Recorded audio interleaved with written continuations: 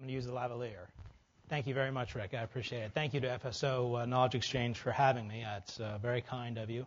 I'm going to speak for about 40 minutes. If we could do the usual thing, turn off the cell phones and the BlackBerries, that would be great. Most appreciate it. We'll go 40 minutes, as I said, and about 5 minutes at the end for Q&A. Let me get my remote here. There we go. It says the year ahead, but I'm actually going to go out a little bit further than that. I'm going to actually focus on the environment looking ahead for financial services and talk about outsourcing towards the end. The overview here in 2010 is that in the near term is good news. In the intermediate term is not so good news. And in the long term, we're going to see mega changes, huge changes that are going to affect all of us. More specifically, in the intermediate term, the recession is over. And I'll talk about how we got into the recession, how we got out, and what the current data says about it. And then the intermediate term is not so bad, is not great news, as inflation is coming, which we'll have to deal with. We'll talk about monetary and fiscal policy, consumer prices, bubbles, interest rates, deficit and debt, and again, in long term, the mega changes.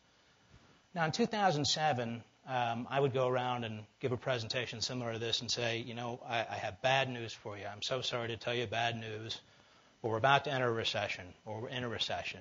And inevitably, the response I would get was, not around here, pal. There's no recession around here. Sales are great. I can't hire people fast enough. What are you talking about, a recession?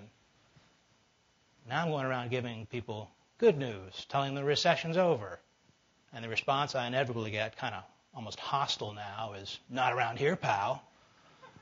What are you talking about? The unemployment rate is 10%. Sales are way off. My brother's been out of work for 2 years. What are you talking about? The recession's over. So there's this gap that I'd like to bridge between what economists say and what most people feel. And the way I want to do it is think of this yellow curve as some sort of indicator of general business activity, of the economy, if you will. And the black line there in the middle is some sort of neutral level. Now, the part where the curve is going up is what the economists would call the expansion. And the part where the curve is going down is what we'd call the recession.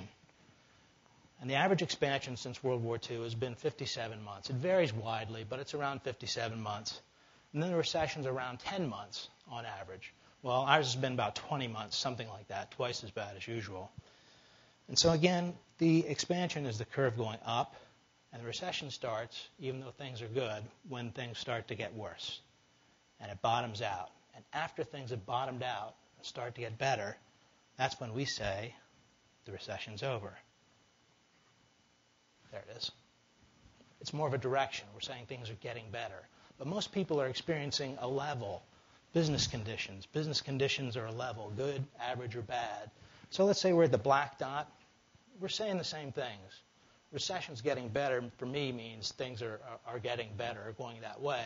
Most people are still experiencing rotten business conditions, particularly unemployment. So we're talking about the same thing, just different words.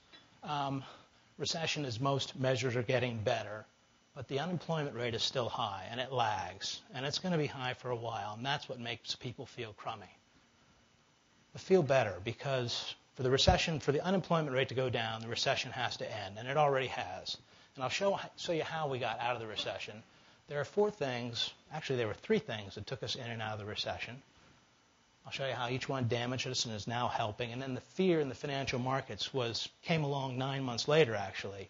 Made things a lot worse, but it helped solidify the recession, and it's taking us back out, too. I'll just give you a definition, because we use GDP a lot in this presentation, gross domestic product.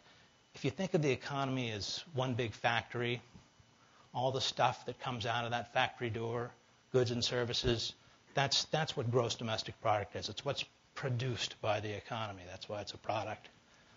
And the dollar value is around $14 trillion a year right now. And the average growth rate is 3.3% after World War II. So two numbers to kind of keep in mind. In fact, we'll use gross domestic product in the very first chart. Again, I'm going to show you how oil, housing, and Fed policies hurt our economy and now helping us. This chart shows oil price spikes versus the economy. The black line is gross domestic product, and when it goes negative, that's recessionary period. And you can see every time there's an oil price spike, the yellow bars go up sharply. it's followed by a recession thereafter. For instance, in 1973,